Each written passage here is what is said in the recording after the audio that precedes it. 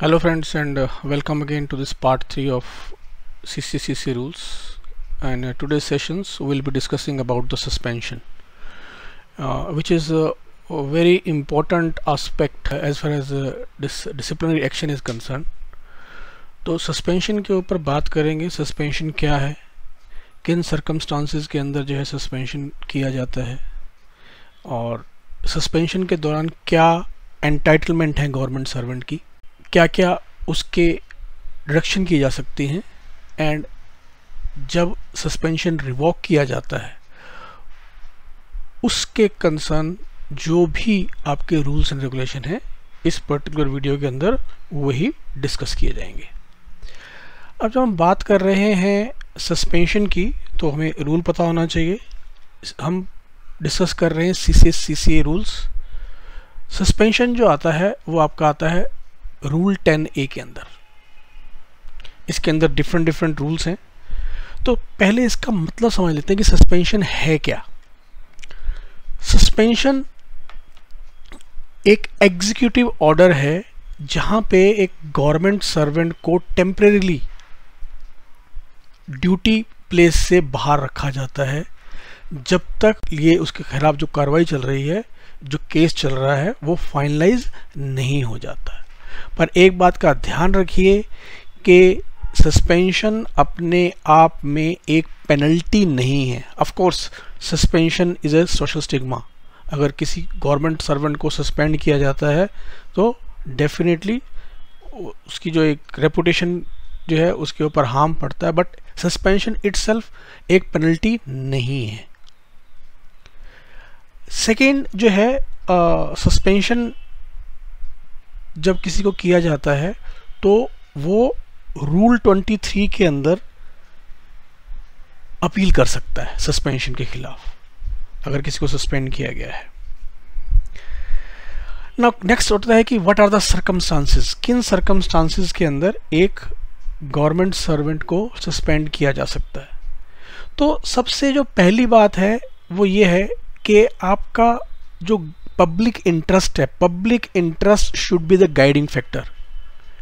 CVC की काफ़ी guidelines भी हैं जिसके अंदर बोला गया है कि don't do this suspension thing in a routine manner. अगर ज़रूरी हो सिर्फ तभी गवर्नमेंट सर्वेंट को सस्पेंड किया जाना चाहिए. When a disciplinary proceeding is contemplated और पेंडिंग अगेंस्ट हिम, यानी कि जब आपने डिसाइड किया कि किसी के खिलाफ डिसिप्लिनरी प्रोसीडिंग चलानी है या चला चुके हैं और पेंडिंग है. कब? हर बार नहीं है कि डिसिप्लिनरी प्रोसीडिंग पेंडिंग है तो आप सस्पेंड ही कर देंगे. कब करते हैं? When government servant is likely to hamper the proceedings. Evidence के साथ टेम्परिंग कर सकता है या जो विटनेस है उनको थ्रेटन कर सकता है. ठीक है, तो इस वजह से जो है आप करते हैं.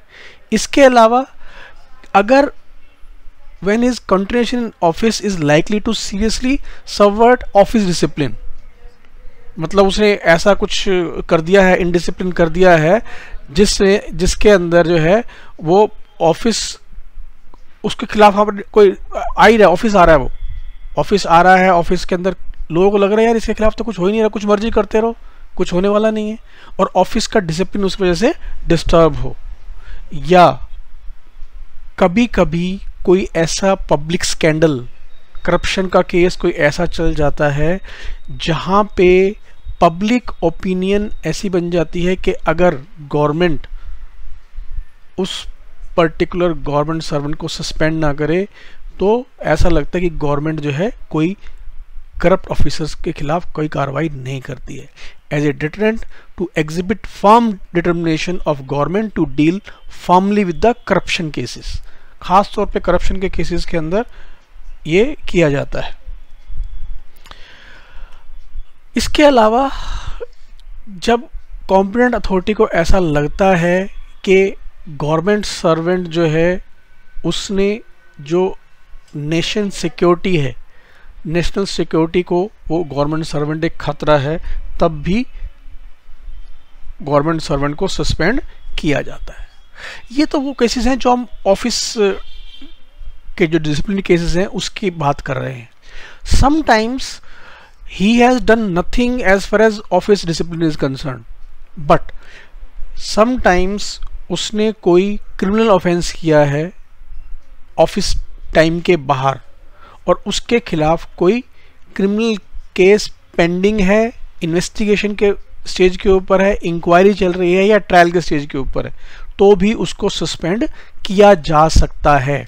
पर मैं फिर बोलता हूं, सबसे पहले वाली जो लाइन है उसको ध्यान में रखिएगा। मैं इसके बारे में आगे डिटेल में बताऊंगा कि पब्लिक इंटरेस्ट जो है वो आपको सबसे पहले ध्यान में रखना है। एक और इसके अंदर केस है जहां पे सस्पेंड किया ही जाता है। वो क्या है कि अगर सपोज करिए किसी पर्टिकुलर गवर्नमेंट सर्वेंट के खिलाफ कोई डाउरी डेथ का केस चल रहा है under section 304B of IPC, तो अगर वो अरेस्ट हो गया तो आप उसको सस्पेंड करेंगे। और अगर अरेस्ट नहीं हुआ लेकिन उसके खिलाफ चार्जशीट दाखिल हो गई तब भी आप सस्पेंड कर सकते हैं। नॉर्मल जब किसी पर्टिकुलर गवर्नमेंट सर्वेंट को अरेस्ट किया जाता है तो 48 आवर्स का डिटेंशन काउंट करते हैं कि 48 आवर्स का डिटेंशन के बाद उसको डीम्ड सस्पेंशन माना जाता है। बट डाउरी डेथ के केस में कोई भी पीरियड ऑफ डिटेंशन देखने की जरूरत नहीं है, या तो वो अरेस्ट हो गया या उसके खिलाफ चार्जशीट दायर हो गई, दोनों में से विच एवर इज अर्लियर आप उसको सस्पेंड करेंगे ही करेंगे। अब क्वेश्चन उठता है हु कैन सस्पेंड, कौन सस्पेंड कर सकता है। तो इसके अंदर जो रूल है वो ये है कि अपॉइंटिंग अथॉरिटी और any authority to which appointing authority is a subordinate authority, यानी अपॉइंटिंग अथॉरिटी से कोई सीनियर अथॉरिटी जो है वो सस्पेंड कर सकते हैं। और कौन कर सकता है? डिसिप्लिनरी अथॉरिटी कर सकती है। और कौन कर सकता है? Any other authority which is empowered in this behalf by the president bye general and specific order. But कुछ बातों का ध्यान रखना बहुत जरूरी है। नंबर 1, अगर सपोज करिए कि कोई ऐसी अथॉरिटी है जो अपॉइंटिंग अथॉरिटी से सबऑर्डिनेट है और उसने सस्पेंशन ऑर्डर इशू किया है, तो इस केस के अंदर उसको अपॉइंटिंग अथॉरिटी को ये एक्सप्लेन करना जरूरी होता है कि क्या सर्कमस्टांसेस हैं जिसके अंडर उस गवर्नमेंट सर्वेंट को सस्पेंड करना पड़ा। एक छोटा सा इसके ऊपर एग्जांपल देख लीजिए कि अगर सपोज करिए कि एक सीएसएस का एएसओ है, सीएसएस का एएसओ जो है उसकी अपॉइंटिंग अथॉरिटी कौन है? प्रेसिडेंट। डिसिप्लिनरी अथॉरिटी कौन है? सेक्रेटरी। अब सपोज करिए कि सेक्रेटरी जो हैं उसके खिलाफ सस्पेंशन का ऑर्डर इशू करते हैं, then he has to apprise appointing authority कि व्हाट वर द सर्कमस्टांसेस जहां पे उसको हमने सस्पेंड करना पड़ा। एक बात। दूसरी बात होती है कि अगर सपोज करिए कि अगर कोई गवर्नमेंट सर्वेंट डेपुटेशन के ऊपर है, तो डेपुटेशन के ऊपर है तो वहां की अथॉरिटी सस्पेंड कर सकती है। बट इस केस में भी जिस पर्टिकुलर कार्डर से वो बिलोंग करता है, जो उसका ओरिजिनल कार्डर है, वहां पे उसका जो कंट्रोलिंग अथॉरिटी है उनको इन्फॉर्म करना पड़ेगा, उनको बताना पड़ेगा कि व्हाट वर द सर्कमस्टांसेस कि हमने इस पर्टिकुलर गवर्नमेंट सर्वेंट को सस्पेंड किया है। एक बात और है, काफ़ी लोग पूछते हैं कि if we are associated with election commission for some election work, तो इलेक्शन कमीशन के पास ये पावर कहाँ से आ जाती है? क्योंकि ना तो वो डिसिप्लिनरी अथॉरिटी है ना अपॉइंटिंग अथॉरिटी है, और उनके पास ये पावर कहाँ से आ जाती है। तो इसके बारे में मैं आपको बात बताना चाहता हूँ कि आपका जो रिप्रेजेंटेशन ऑफ पीपल एक्ट है 1950 और 1951 का, उसके अंदर दो स्पेसिफिक सेक्शंस हैं। एक है आपका सेक्शन 13CC और दूसरा है सेक्शन 28A। उसके अंदर इलेक्शन कमीशन को ओवरराइडिंग पावर मिली हुई है कि वो चाहें कि किसी पर्टिकुलर गवर्नमेंट सर्वेंट को जो किसी पर्टिकुलर इलेक्शन ड्यूटी के वक्त उनके साथ एसोसिएटेड है उसको सस्पेंड कर दें। और उसको जो है, जो भी आपकी कैडर कंट्रोलिंग अथॉरिटी है उसको डायरेक्ट करें कि इसके खिलाफ डिसिप्लिनरी एक्शन लो। यहाँ पे एक बात का और ध्यान रखिएगा कि अगर किसी पर्टिकुलर गवर्नमेंट सर्वेंट को सस्पेंड किया गया है on the recommendation of election commission, आपने उसके खिलाफ डिसिप्लिनरी एक्शन चलाया, डिसिप्लिनरी एक्शन में आपने उसका रिप्रेजेंटेशन को एक्सेप्ट किया और उसको आप एक्सोनरेट करना चाह रहे हैं, मैटर क्लोज करना चाह रहे हैं, तो आपको फाइल इलेक्शन कमीशन भेजनी पड़ेगी कि हम इसको एक्सेप्ट कर रहे हैं और इसको क्लोज कर रहे हैं मैटर को। अब सेकंड इसके अंदर जो बात आती है वो बात आती है डीम्ड सस्पेंशन की। डीम्ड सस्पेंशन के अंदर 3 रूल बेसिकली इंपॉर्टेंट हैं। एक है आपका रूल 10(2) और दूसरा है रूल 10(3) और 10(4). रूल 10(2) और रूल 10(3) और 10(4) के अंदर जो बेसिक डिफरेंस है वो ये डिफरेंस है कि रूल 10(2) होता है while government servant is still in service, और रूल 10(3) और 10(4) जो है वो होता है when he is not a government servant. वो सर्कमस्टांसेस क्या है अभी इसके बारे में डिस्कस करते हैं। रूल 10(2) जो है वो बोलता है कि अगर गवर्नमेंट सर्वेंट कभी भी कस्टडी के अंदर है एक्सीडिंग 48 आवर्स तो ये माना जाएगा कि वो सस्पेंशन के अंदर है, डीम्ड सस्पेंशन के अंदर है। ठीक है। सेकंड जो है क्या है इसके अंदर कि अगर सपोज करिए किसी पर्टिकुलर क्रिमिनल केस के अंदर उसका कन्विक्शन हो गया और जहां पे उसको इम्प्रिजनमेंट हो गई जिसका पीरियड 48 आवर्स से ज़्यादा है, इन दोनों सर्कमस्टांसेस के अंदर पर्सन जो है वो डीम्ड सस्पेंशन माना जाएगा। यहाँ पे एक बात और बता दूं, कंडक्ट रूल बोलता है कि if a government servant is detained in custody for more than 48 hours and या वो कन्विक्शन हो गया उसका जहाँ पे उसको इम्प्रिजनमेंट मिली फॉर मोर देन 48 आवर्स, उसको अपने ऑर्गेनाइजेशन को ये बताना जरूरी है कि मेरे साथ ये इंसिडेंट हो गया है। अगर वो ये नहीं बताता है तो इस पर्टिकुलर केस में वो गिल्टी है या नहीं है वो बात अलग है, बट अगर उसने इस फैक्ट को छुपाया तो ये भी एक मिसकंडक्ट है और उस गवर्नमेंट सर्वेंट के खिलाफ कार्रवाई की जा सकती है कि उसने ये फैक्ट छुपाया। ये 10(2) के अंदर ये है कि अगर कोई गवर्नमेंट सर्वेंट के बारे में है, अगर कोई पर्टिकुलर गवर्नमेंट सर्वेंट है उसको हमने डिसमिस कर दिया, रिमूव कर दिया या कंपल्सरी रिटायरमेंट दे दिया एंड वो उसने रिव्यू के लिए अप्लाई किया। अब रिव्यू के लिए अप्लाई किया और रिव्यू के अंदर क्या हुआ कि रिव्यू के अंदर उसकी वो पर्टिकुलर पनिशमेंट को रोक दिया गया। तो यहां पे जिस डेट से उसका डिसमिसल, रिमूवल और कंपल्सरी रिटायरमेंट हुआ था उस दिन से और जिस दिन ये ऑर्डर आया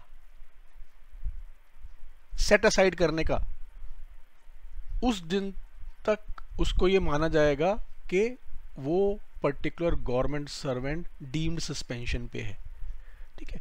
सेम चीज अगर ये पर्टिकुलर थिंग, ये पर्टिकुलर आपका जो पेनल्टी है dismissal, removal and compulsory retirement की, वो कोर्ट ऑर्डर के ऊपर सेट असाइड हुई तब भी उसको डीम्ड सस्पेंशन पे माना जाएगा। पर 2 चीजें हैं, नंबर 1 पेनल्टी डिसमिसल, रिमूवल और कंपल्सरी रिटायरमेंट की सेट असाइड हो और सेकंड फर्दर इंक्वायरी ऑर्डर हो। फर्दर इंक्वायरी ऑर्डर हो तो इन दोनों केसेस के अंदर उसको डीम्ड सस्पेंशन, इन दोनों सर्कमस्टांसेस के अंदर उसको डीम्ड सस्पेंशन माना जाएगा। यानी कि फर्दर ऑर्डर जो है, फर्दर इंक्वायरी का ऑर्डर होना भी जरूरी है। अब है कि ड्यूरिंग सस्पेंशन जो है गवर्नमेंट सर्वेंट को मिलता क्या है। ड्यूरिंग सस्पेंशन गवर्नमेंट सर्वेंट को सैलरी नहीं मिलती है, पे नहीं मिलती है। क्या मिलता है? सब्सटेंस अलाउंस मिलता है। सब्सटेंस अलाउंस के लिए रिक्वायरमेंट क्या है? नॉन एम्प्लॉयमेंट सर्टिफिकेट देना होता है। और एक बात का और ध्यान रखिएगा, ये सब्सटेंस अलाउंस देना कंपलसरी है। एक आपको स्पेसिफिक जो है केस लॉ बता देता हूं। एक पर्टिकुलर गवर्नमेंट सर्वेंट को सस्पेंड किया गया और उसको सब्सटेंस अलाउंस नहीं दिया गया। जब इंक्वायरी हुई तो इंक्वायरी के टाइम वो प्रेजेंट नहीं हुआ, डिपार्टमेंट ने एक्स पार्टी इंक्वायरी कर दी और उसको गिल्टी घोषित करके पेनल्टी लगा दी। वो कोर्ट के अंदर चला गया। कोर्ट के अंदर उसने बोला, कोर्ट ने पूछा आप क्यों नहीं पहुंचे आप? इन्होंने बोला कि सर मेरे पास पैसा ही नहीं था। बोला पैसा क्यों नहीं था? बोला सर इन्होंने कोई सब्सटेंस अलाउंस नहीं दिया मुझे। तो वो सारी की सारी जो आपने कार्रवाई की, वो सारी की सारी कार्रवाई कोर्ट ने नल एंड वाइड कर दी, इस वजह से कि आपने उसको सब्सटेंस अलाउंस नहीं दिया है। तो सब्सटेंस अलाउंस देना मस्ट है। रेट क्या होता है? फॉर द फर्स्ट 3 मंथ्स क्या मिलेगा उसको? उसको सब्सटेंस अलाउंस मिलेगा equal to leave salary as if he is on half pay leave. Leave नहीं है लेकिन उसको इतना मिलता है सब्सटेंस अलाउंस, और इसके बेसिक की बात कर रहा हूं। और डीए ऑन सब्सटेंस अलाउंस भी मिलता है।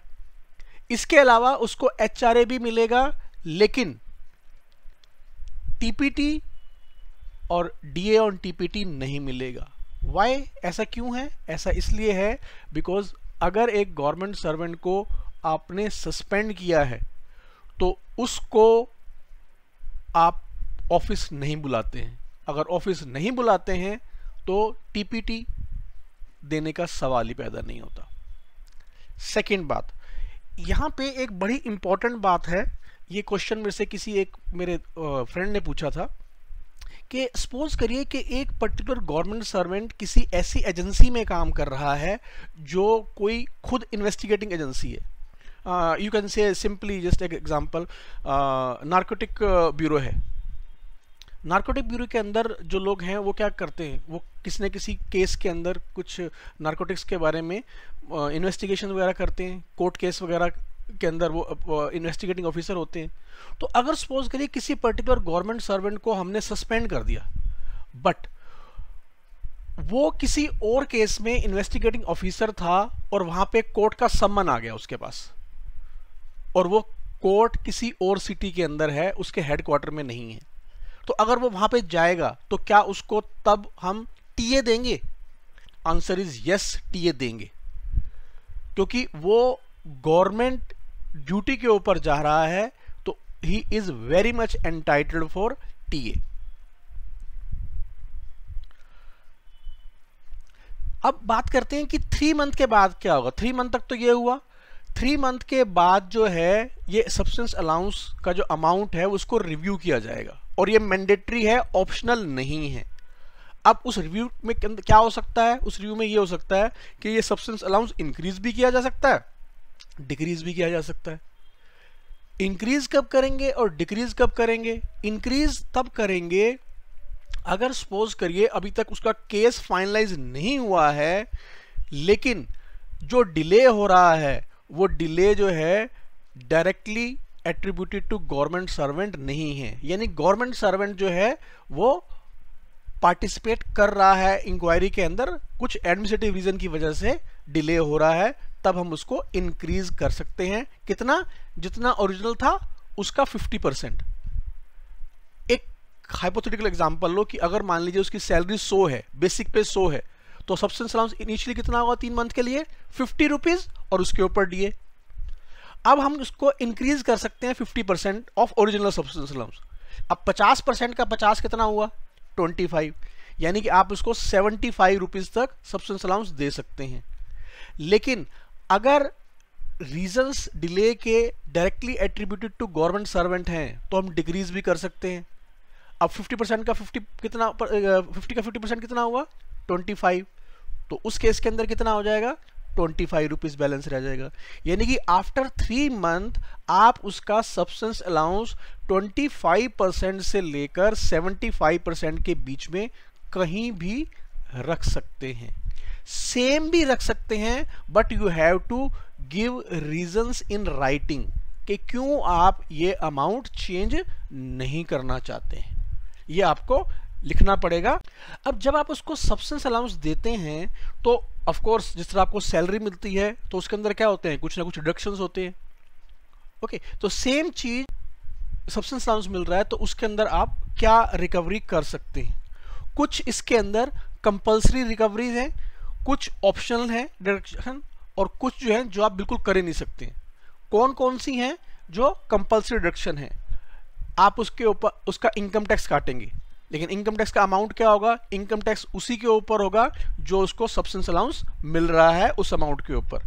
आप HRA including electricity and water charges, licence fee, अगर वो गवर्नमेंट अकोमोडेशन में है तो वो भी डिडक्ट करेंगे।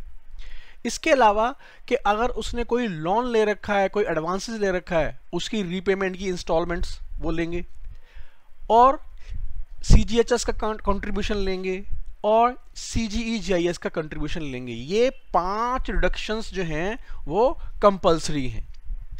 इसके अलावा 2 डिडक्शन ऐसी हैं जो ऑप्शनल हैं, यानी कि आप गवर्नमेंट सर्वेंट से पूछेंगे क्या वो उस डिडक्शन को करवाना चाहता है या नहीं करवाना चाहता है। वो क्या है, वो है आपका प्रीमियम ड्यू टू PLI, ठीक है, पोस्ट लाइफ इंश्योरेंस का जो है आपका डिडक्शन, अगर कोई प्रीमियम उसका ड्यू होता है तो वो आप उससे पूछेंगे। और इसके अलावा जो कोऑपरेटिव सोसाइटी का अगर कोई अमाउंट ड्यू है, अगर वो उसकी पे में से कट रहा है तो वो। यहाँ पे कुछ डिडक्शंस ऐसे हैं जो अगर गवर्नमेंट सर्वेंट बोल भी दे कि हाँ काट लो, तब भी नहीं उसको डिडक्ट करने हैं। उसमें से पहला है कि जो उसका सब्सक्रिप्शन है GPF का, तो वो भी डिडक्ट नहीं होगा, और amount due on code attachment वो भी डिडक्ट नहीं होगा। और थर्ड है आपका कि अगर कोई गवर्नमेंट को लॉस हुआ है तो उसके लिए अगर गवर्नमेंट सर्वेंट रिस्पॉन्सिबल है तो उसकी रिकवरी भी आप नहीं कर सकते। यहाँ पे एक चीज ऐसी है जो लिखी हुई नहीं है, जो कि न्यू गवर्नमेंट सर्वेंट्स के लिए बहुत इंपॉर्टेंट है। वो पूछते हैं कि सर NPS का अमाउंट कटेगा या नहीं कटेगा। NPS का अमाउंट कटेगा, कितना कटेगा, जो आपका 10% ऑफ सब्सटेंस अलाउंस है उसके हिसाब से डिडक्ट होगा। अब after suspension period is over, उसके बाद इस पर्टिकुलर पीरियड के बारे में डिसाइड होगा कि इस पर्टिकुलर पीरियड के लिए कितनी पे एंड अलाउंसेस मिलेंगी। उसके हिसाब से बाद में वो रिवाइज कर सकते हैं गवर्नमेंट डिपार्टमेंट कि उसका कितना कट रहा था पहले और कितना कटना चाहिए था, तो वो दोबारा उसका कट जाएगा जब उसकी पे एंड अलाउंसेस का एडजस्टमेंट होगा, जब आपका सस्पेंशन रिवोक किया जाएगा।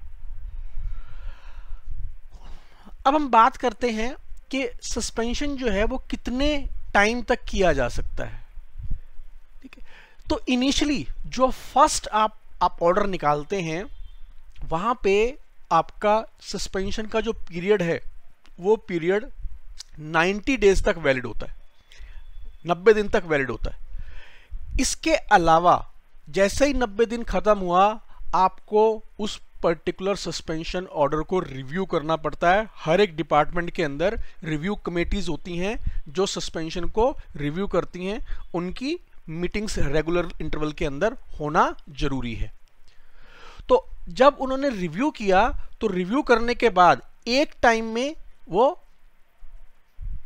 180 डेज का एक्सटेंशन कर सकते हैं। एक्सटेंशन जो है जब रिव्यू किया, रिव्यू करने के बाद 180 डेज तक का एक्सटेंशन कर सकते हैं। उससे ज्यादा का एक्सटेंशन एक बार में नहीं होगा, यानी कि अगला एक्सटेंशन दोबारा करने के लिए फिर दोबारा रिव्यू कमेटी के बाद जाएगा।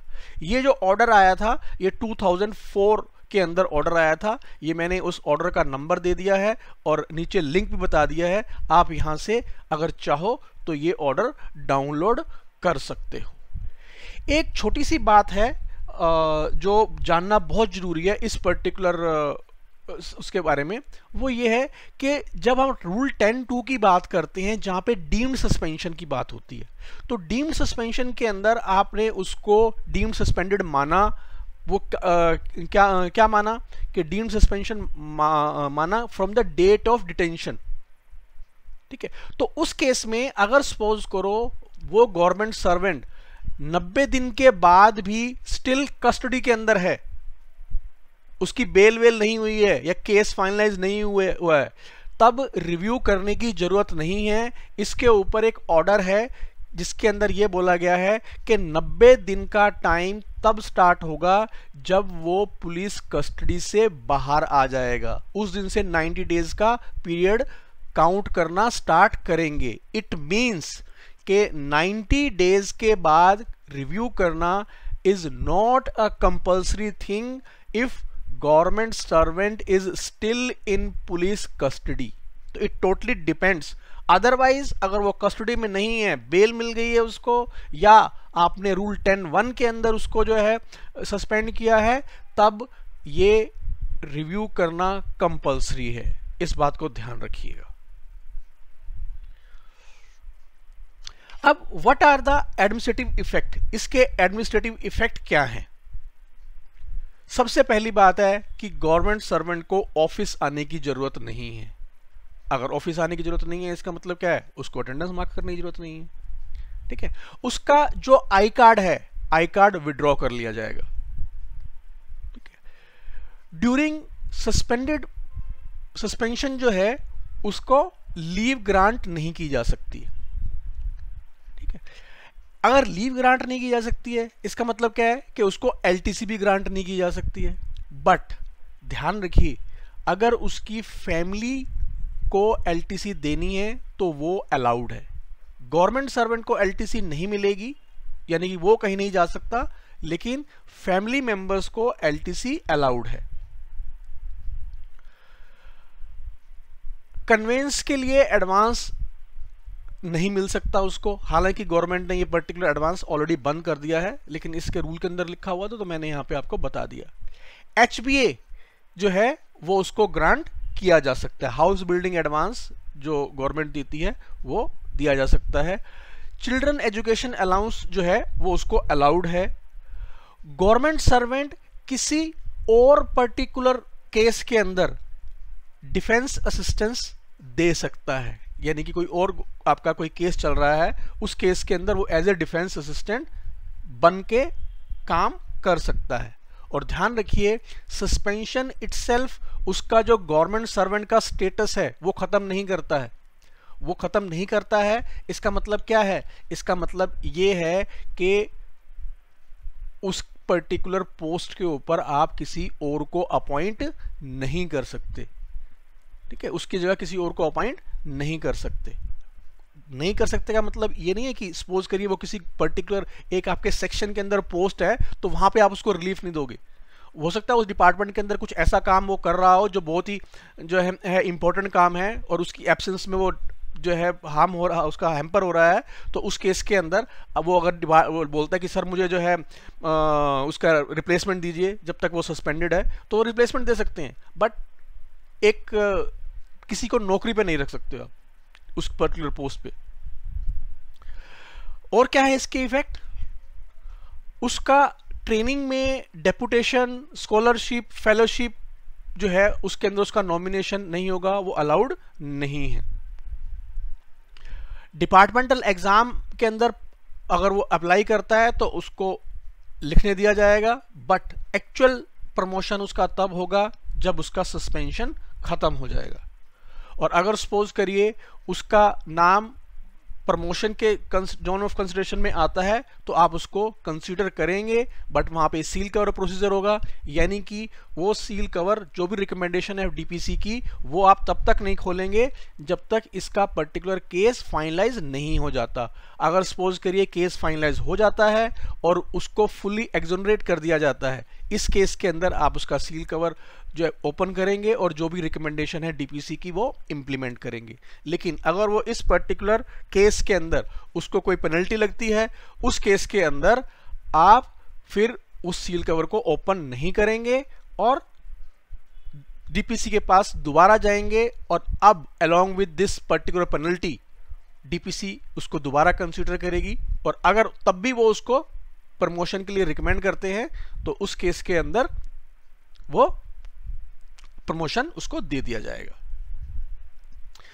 अब कभी कभी क्या होता है कि कोई गवर्नमेंट सर्वेंट है और वो गवर्नमेंट सर्वेंट को सस्पेंड किया हमने, और उसने बोला कि sir I want to resign, तो अब यहां पे रिजाइन अगर उसने किया तो क्या वो रेजिग्नेशन उसका एक्सेप्ट किया जाएगा? तो उसके अंदर कुछ कंडीशन है। देखिए, सबसे पहला और इंपॉर्टेंट एस्पेक्ट ये है कि resignation can be accepted if it is in public interest. Second बात क्या है कि जो चार्जेस उसके खिलाफ लगाए हैं that doesn't involve moral turpitude, ठीक है, और जो भी एविडेंस उसके खिलाफ हैं उसमें उसको रिमूवल या डिसमिसल हम नहीं दे सकते हैं, ठीक है। नेक्स्ट जो है वो क्या है कि अगर देखिए पब्लिक इंटरेस्ट का कंसेप्ट क्या है कि अगर सपोज करिए वो रिजाइन कर रहा है और डिपार्टमेंट को ऐसा लगता है कि यार ठीक है डिसमिसल रिमूवल तो वैसे नहीं हो रहा और हमारा इसमें टाइम बचेगा, हमारा इसके अंदर जो है मनी बचेगी, तो उस केस के अंदर उसका रेजिग्नेशन जो है वो एक्सेप्ट कर लिया जाएगा, ठीक है। इसके अंदर ग्रुप ए अगर ग्रुप बी ऑफिसर अगर इन्वॉल्व हो तो मिनिस्टर की अप्रूवल मस्ट है, और अगर इसके अलावा कोई और ऑफिसर है तो उसके अंदर आपका हेड ऑफ डिपार्टमेंट की अप्रूवल मस्ट है। अब है कि यहां बात हो रही थी रेजिग्नेशन की, अब हम बात करते हैं कि अगर सपोज करो कि कोई गवर्नमेंट सर्वेंट रिटायर ही हो रहा है, रिटायरमेंट सुपर एन्युएशन के ऊपर हो सकती है, यानी कि उसे 60 साल कंप्लीट हो गए, और या हो सकता है वो वॉलंटरी रिटायरमेंट की डिमांड करे तो मुझे वॉलंटरी रिटायरमेंट दे दो, ठीक है। यहां पे as far as voluntary retirement is concern ये परमिशन डिनाई की जा सकती है, ये जो है परमिशन डिनाई की जा सकती है, बट अगेन जो आपका फैक्टर है वो है आपका पब्लिक इंटरेस्ट। अगर आपको लगता है कि पब्लिक इंटरेस्ट में उसकी वॉलंटरी रिटायरमेंट की एप्लीकेशन एक्सेप्ट करनी चाहिए तो कर लो, ऐसा कोई जरूरी नहीं है। अब अगर सुपर एन्युएटेड हो रहा है तब तो रुकेगा ही नहीं वो, तो उस केस के अंदर उसका जो सब्सिडेंस अलाउंस उसको मिल रहा था वो स्टॉप हो जाएगा और हम उसको प्रोविजनल पेंशन दे देंगे, हम उसको प्रोविजनल पेंशन दे देंगे, लेकिन कोई ग्रेच्युटी उसको पे नहीं की जाएगी till the finalisation of the case, और लीव एनकैशमेंट भी रोकी जा सकती है अगर डिपार्टमेंट को लगता है कि उससे कुछ अमाउंट हमको रिकवर करना पड़ सकता है क्योंकि गवर्नमेंट को उसकी वजह से लॉस हुआ है, तो ये भी रोकी जा सकती है। अब ये सब तो आपका हो गया कि क्या किया जा सकता है, कैसे किया जा सकता है रिटायरमेंट के टाइम, लेकिन अगर वो सर्विस के अंदर ही है और अब उसका सस्पेंशन जो है वो क्या करना है, हमें रिवोक करना है, ठीक है। तो सस्पेंशन रिवोक बिना किसी स्पेसिफिक ऑर्डर के अपने आप ही खत्म नहीं होगा, जब तक आप उसका ऑर्डर नहीं निकालेंगे वो रिवोक नहीं होगा। कौन करेगा? जो भी कॉम्पिटेंट अथॉरिटी है वो करेंगे, ठीक है। लेकिन अगर सपोज करिए कि हमने किसी पर्टिकुलर गवर्नमेंट सर्वेंट को डिसमिसल, रिमूवल, ऐसी पेनल्टी दे दी या कंपल्सरी रिटायरमेंट की पेनल्टी दे दी, तो जिस डेट से वो पेनल्टी इफेक्टिव हुई उस डेट से ऑटोमेटिकली सस्पेंशन खत्म माना जाता है, उसके लिए स्पेसिफिक अलग से ऑर्डर निकालने की जरूरत नहीं है। सेकंड, इसके अंदर एक और बात इंपॉर्टेंट है, वो क्या है कि अगर सपोज करिए कोई गवर्नमेंट सर्वेंट है, उसको सस्पेंड किया गया और उसकी सस्पेंशन के दौरान ही डेथ हो जाती है, तो इस केस के अंदर हम ये प्रिज्यूम करेंगे कि ही वाज नॉट सस्पेंडेड, जो भी सस्पेंशन पीरियड था उस सस्पेंशन पीरियड का फुल पे एंड अलाउंसेस उसकी फैमिली को या जो भी उसका एनओके है, नेक्स्ट ऑफ किन बोलते हैं इसको, उसको दिया जाएगा एंड साथ में फैमिली पेंशन भी दी जाएगी अगर डेथ होती है सस्पेंशन के दौरान। अब है कि अगर आपने उसको सस्पेंशन जो है रिवोक कर दिया और उसको रीइंस्टेट कर दिया, केस फाइनलाइज हो गया, अब जो सस्पेंशन का जो पीरियड है, उस पीरियड के लिए आपको ये चेक करना होता है कि उस पीरियड का करें क्या, जो है सस्पेंडेड था जिस पीरियड को। तो उस केस के अंदर अगर ये हो गया कि सस्पेंशन वाज होली अनजस्टिफाइड, तो उस केस के अंदर उसके पीरियड को ड्यूटी माना जाएगा, चाहे वो आया या नहीं आया ऑफिस में। ठीक है, अब होली अनजस्टिफाइड कैसे माना जाता है? दो तरीके से।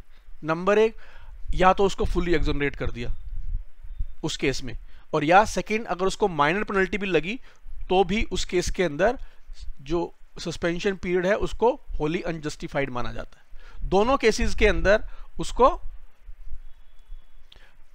जो है फुल पे एंड अलाउंसेस मिलेंगे।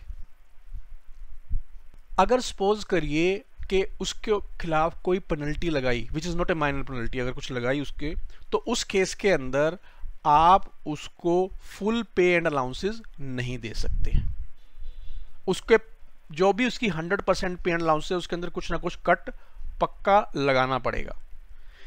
यहां पे एक ऑप्शन आप गवर्नमेंट सर्वेंट को दे सकते हैं, अगर वो चाहे तो उस पर्टिकुलर पीरियड को लीव पीरियड ट्रीट किया जा सकता है। उसको बोलो भैया लीव दे दे और हम देखो उस पूरी लीव पे दे देंगे, ये ऑप्शनल है उसके पास। यहां पे एक इस बात को ध्यान रखिएगा कि जब आप उसकी पे कम करते हैं तो उसकी पे इतनी कम नहीं कर सकते जितनी वो ऑलरेडी सब्सटेंस अलाउंस ले चुका है। यानी कि मान लीजिए वो कुछ ऑलरेडी सब्सटेंस अलाउंस ले चुका है और उसकी पे, और वो सब्सटेंस अलाउंस क्या है, मान लो 100 रुपीज़ उसकी एक्चुअल पे थी, और आपने उसको जो है पूरे अगर पीरियड की देखी तो कहीं 50%, कहीं 75% ऐसे कर दिया, तो आप उसकी जो पे है, जितना ऑलरेडी पेमेंट वो ले चुका है, उससे कम नहीं कर सकते। इस बात को ध्यान रखिएगा। अब यहाँ पे कुछ इंफॉर्मेशन है सस्पेंशन के बारे में है। वो क्या है कि अगर सपोज करिए किसी पर्टिकुलर गवर्नमेंट सर्वेंट के खिलाफ कुछ क्रिमिनल प्रोसीडिंग्स चल रही थी, वो पहले जो है डिटेंशन में था लेकिन उसको बेल मिल गई, तब क्या करें? बेल डिटेंशन में था, आपने उसको डीम सस्पेंड कर दिया, अब उसको बेल मिल गई, तो क्या वो सस्पेंशन जो है कंटिन्यू रहेगा या नहीं रहेगा? यहां पे आप बेसिक बात का ध्यान रखिए कि किस टाइप की क्रिमिनल प्रोसीडिंग्स चल रही हैं उसके खिलाफ, what are the likely possibilities के उसका जो है आउटकम क्या हो सकता है। आप चाहो तो उसका सस्पेंशन खत्म कर सकते हैं, अगर लगता है कि जो केस है उसके खिलाफ नहीं जाएगा तो आप ऐसा कर सकते हैं। मेरे पास कई केस लॉज ऐसे हैं जहां पे ऐसा हुआ है, लेकिन आपको सिंपल ये देखना है कि सिर्फ बेल मिलने का मतलब ये नहीं है कि आप उसका सस्पेंशन खत्म कर दें। आपको पूरा का पूरा रीजन बताना होगा इन राइटिंग फाइल के ऊपर कि व्हाट आर द सर्कमस्टांसेस आप उसको सस्पेंशन जो को खत्म कर रहे हैं। अब कुछ एक स्पेसिफिक इंसिडेंट है जहां पे आपको पता होना चाहिए कि date of effect of suspension क्या होती है। Date of effect of suspension normally दो आपका जो आपका 10(1) और 10(2) है। 10(1) के अंदर क्या है? 10(1) है सस्पेंशन, तो यहां पे जिस दिन आपने सस्पेंशन का ऑर्डर साइन किया उस दिन से वो इफेक्टिव होता है। और 10(2) में क्या होता है? डीम्ड सस्पेंशन, जिस दिन डिपार्टमेंट को ये पता लगा कि वो गवर्नमेंट सर्वेंट डिटेंशन के अंदर है फॉर मोर देन 48 आवर्स, तब से करते हैं।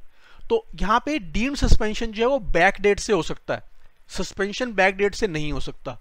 अब हम बात करते हैं सस्पेंशन के अंदर जहां पे कुछ स्पेसिफिक सर्कमस्टांसेस हैं, जैसे कि ये 4 सर्कमस्टांसेस हैं। पहला ये है कि आप जहां सस्पेंशन का ऑर्डर बना रहे हैं वो अलग जगह है, जहां गवर्नमेंट सर्वेंट पोस्टेड है वो अलग जगह है। दूसरा जो है वो क्या है कि वो गवर्नमेंट सर्वेंट टूर के ऊपर है और ये पॉसिबल नहीं है उसको कि सस्पेंशन का ऑर्डर उसको इमीडिएटली कम्युनिकेट किया जाए। तो इस 2 सर्कमस्टांसेस में जो ए और बी हैं, इन सर्कमस्टांसेस में उन्होंने बोला कि सस्पेंशन इफेक्टिव तब होगा जिस दिन सस्पेंशन ऑर्डर उस गवर्नमेंट सर्वेंट को कम्युनिकेट हो जाएगा। What is the reason? Reason is कि अगर सपोज करिए उसको सस्पेंशन कम्युनिकेट नहीं हुआ और उस दौरान यानी कि जिस दिन आपने ऑर्डर निकाला और जिस दिन उसको कम्युनिकेट हुआ उस दौरान उसने कोई ऐसी पावर एक्सरसाइज की, कुछ ऑर्डर साइन किए, तो उन ऑर्डर्स जो है वो नलीफाई हो जाएंगे अगर आपने उसको बैक डेट से सस्पेंडेड कर दिया। तो इस वजह से उन्होंने बोला है कि इस केस के अंदर आपका जो सस्पेंशन ऑर्डर है वो इफेक्टिव होगा जिस दिन उसको कम्युनिकेट हो जाए। थर्ड जो है, कभी कभी ऐसा भी होता है कि सपोज करिए कोई स्टोर का इंचार्ज है, कैश हैंडल कर रहा है, वेयर हाउस हैंडल कर रहा है, ठीक है, उसके पास कुछ जो है गवर्नमेंट का इन्वेंट्री है जो सी कस्टडी में, तो उस केस के अंदर क्या होगा, सी वाले केस के अंदर क्या होगा कि आप जब सस्पेंशन ऑर्डर निकालेंगे उस सस्पेंशन ऑर्डर के अंदर आप बताएंगे कि इस डेट तक आपको इन्वेंट्री का चार्ज, स्टोर का चार्ज हैंडओवर करना है और उसके बाद जो है आपका सस्पेंशन ऑर्डर इफेक्टिव होगा। अब ये उस पर्टिकुलर डिपार्टमेंट की रिस्पॉन्सिबिलिटी है कि चार्ज उस पर्टिकुलर डेट तक हैंडओवर हो जाए। और अगर सपोज करिए कोई गवर्नमेंट सर्वेंट लीव के ऊपर है या अनऑथराइज एब्सेंस है, उस केस के अंदर अगर वो लीव के ऊपर है उसकी लीव इमीडिएटली ऑर्डर निकाल के जो है रिवोक कर दीजिए और उसका सस्पेंशन ऑर्डर इमीडिएट इफेक्ट से माना जाएगा, क्योंकि लीव के ऊपर है तो कोई काम वाम तो नहीं कर रहा ना। रीज़न मैंने बताया कि आपको गवर्नमेंट सर्वेंट को रीज़न सस्पेंशन के कम्युनिकेट करना जरूरी है, बिकॉज गवर्नमेंट सर्वेंट के पास राइट है कि वो उसके खिलाफ अपील कर सके, सस्पेंशन ऑर्डर के खिलाफ अपील कर सके, ये उसके पास राइट है। इलेक्शन कमीशन का जुरिडिक्शन मैं आपको ऑलरेडी बता चुका हूं कि they have power to suspend government servant. अब है कि क्या गवर्नमेंट सर्वेंट जो ऑलरेडी सस्पेंडेड है क्या वो ACR लिख सकता है या नहीं लिख सकता है अपने सबऑर्डिनेट्स की? तो उस केस के अंदर जो रूल है वो रूल ये है कि जिस दिन उस गवर्नमेंट सर्वेंट को सस्पेंड किया गया उसके 2 महीने के अंदर अंदर, ठीक है, या जिस पर्टिकुलर डेट के ऊपर आपकी ACR ड्यू हो रही है उसके 1 महीने के अंदर अंदर, whichever is earlier, he can write, he has the power to write ACR। उसके बाद उसकी ये पावर खत्म हो जाती है, वो अपने सबऑर्डिनेट्स की ACR नहीं लिख सकता है। इसके अंदर एक, अब जितना ही मैंने आपको बता रहा हूँ, मेरे 3 वीडियो ऑलरेडी इसके ऊपर हो चुके हैं। एक विजिलेंस हैंडबुक निकाली थी ISTM ने, मैंने उसका लिंक जो है फर्स्ट वीडियो के अंदर दिया था आपको। वो पर्टिकुलर हैंडबुक बहुत ही इंपॉर्टेंट है एग्जाम पॉइंट ऑफ व्यू से भी और अदरवाइज भी। अगर आप अपने ऑफिस के अंदर क्रिमिनल जो आपका डिपार्टमेंटल प्रोसीडिंग्स को हैंडल करते हैं तो वो पर्टिकुलर विजिलेंस हैंडबुक जरूर पढ़िएगा। आज का वीडियो इतना ही है। अब इसके अंदर कुछ हर वीडियो के एंड के अंदर जो MCQs मैं बताता हूं वो MCQs आ रहे हैं, तो MCQs अटेम्प्ट करिए और इसका आंसर दीजिए कमेंट बॉक्स के अंदर। ये आपका फर्स्ट क्वेश्चन है, ऑलरेडी इसका आंसर आपको मैं दे चुका हूं वीडियो के अंदर।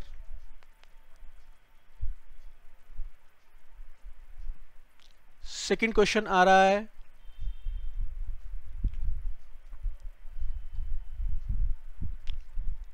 पीरियड ऑफ सस्पेंशन इनिशियल जो है कब तक वैलिड होता है और एक्सटेंड भी कितने टाइम तक कर सकते हैं, उसका भी मैंने बताया था वीडियो के अंदर।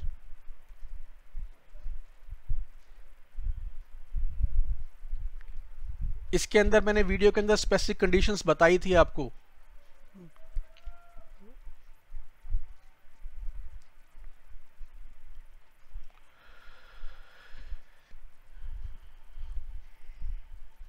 ये फोर्थ क्वेश्चन है,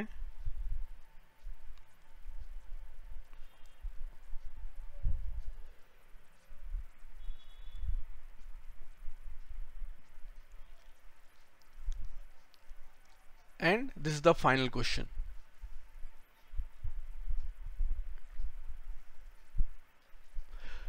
So thank you very much for watching this video. if you like this video, please like and comment and follow us on the following. We are available on Insta, Twitter, and if you want to prepare for this competitive exam, then do follow us on this Telegram group. इसके member बनिए, questions पूछिए वहां पे. Thank you very much.